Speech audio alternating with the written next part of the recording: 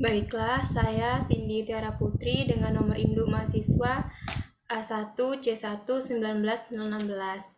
Di sini saya akan menjawab soal ujian tengah semester mata kuliah Kimia Organik 3 nomor 1, yaitu jelaskan bagaimana cara Anda dapat merancang perpanjangan rantai karbon suatu senyawa turunan sehingga kepolarannya meningkat. Nah, baik, di sini dalam setiap kata pembentukan atau sintesis tentunya akan melibatkan atau merancang serangkaian reaksi, yang dimana dapat mengubah suatu bahan baku menjadi bahan yang lain dalam jumlah dan bentuk yang berbeda pula. Dimana dalam pembentukan itu dapat mendapatkan target molekul yang memiliki kegunaan atau fungsi tertentu. Nah, oleh karena itu, dalam setiap pembentukan kerangka karbon sangat penting karena dalam reaksi memungkinkan terjadinya modifikasi atau transformasi dalam senyawa tersebut, baik dari gugus fungsi yang ada pada reaksi tersebut.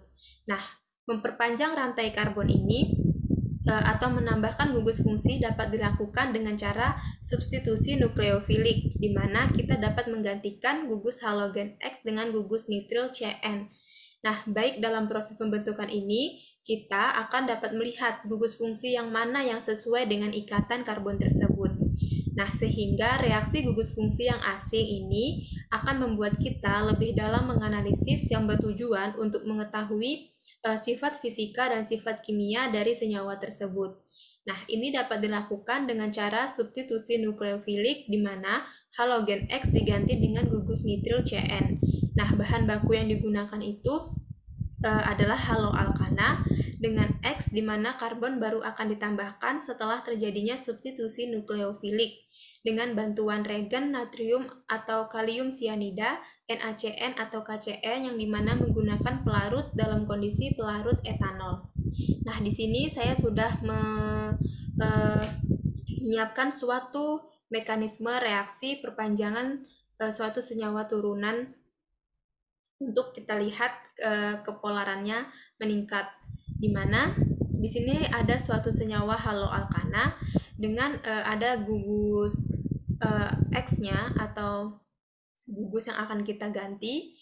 Kemudian di sini terdapat regen yang kita gunakan, yaitu adanya regen gugus nitril atau Cn. Nah, dapat kita lihat bahwa pada gugus nitril atau Cn ini terdapat 3 ikatan rangkap, yang dimana karbon memiliki sepasang elektron bebas, sehingga nantinya elektron bebas ini dapat mengikat atom karbon positif atau karbokation, di mana karbokation ini telah melakukan pergeseran elektron yang menyebabkan klorida memiliki muatan negatif karena elektron pada karbon telah bergeser ke klorida, sehingga karbon ini memiliki muatan positif yang menyebabkan dapat diserangnya dari karbon gugus nitril Cn ini karena memiliki pasangan elektron bebas.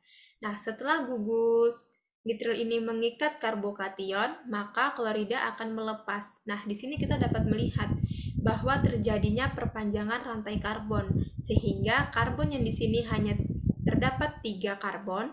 Setelah mengikat gugus nitril, maka di sini terjadi perpanjangan menjadi 4 karbon. Dan klorida memiliki muatan negatif. Di sini kita dapat melihat bahwa pada perpanjangan senyawa yang dihasilkan, terdapat 3 ikatan rangkap, yang berarti tingkat kepolarannya pun meningkat, dan perpanjangan karbon pun telah dilakukan oleh si gugus nitril yang menggantikan gugus X. Demikianlah jawaban pada nomor 1. Kurang lebihnya saya meminta maaf, dan saya akhiri. Wassalamualaikum warahmatullahi wabarakatuh.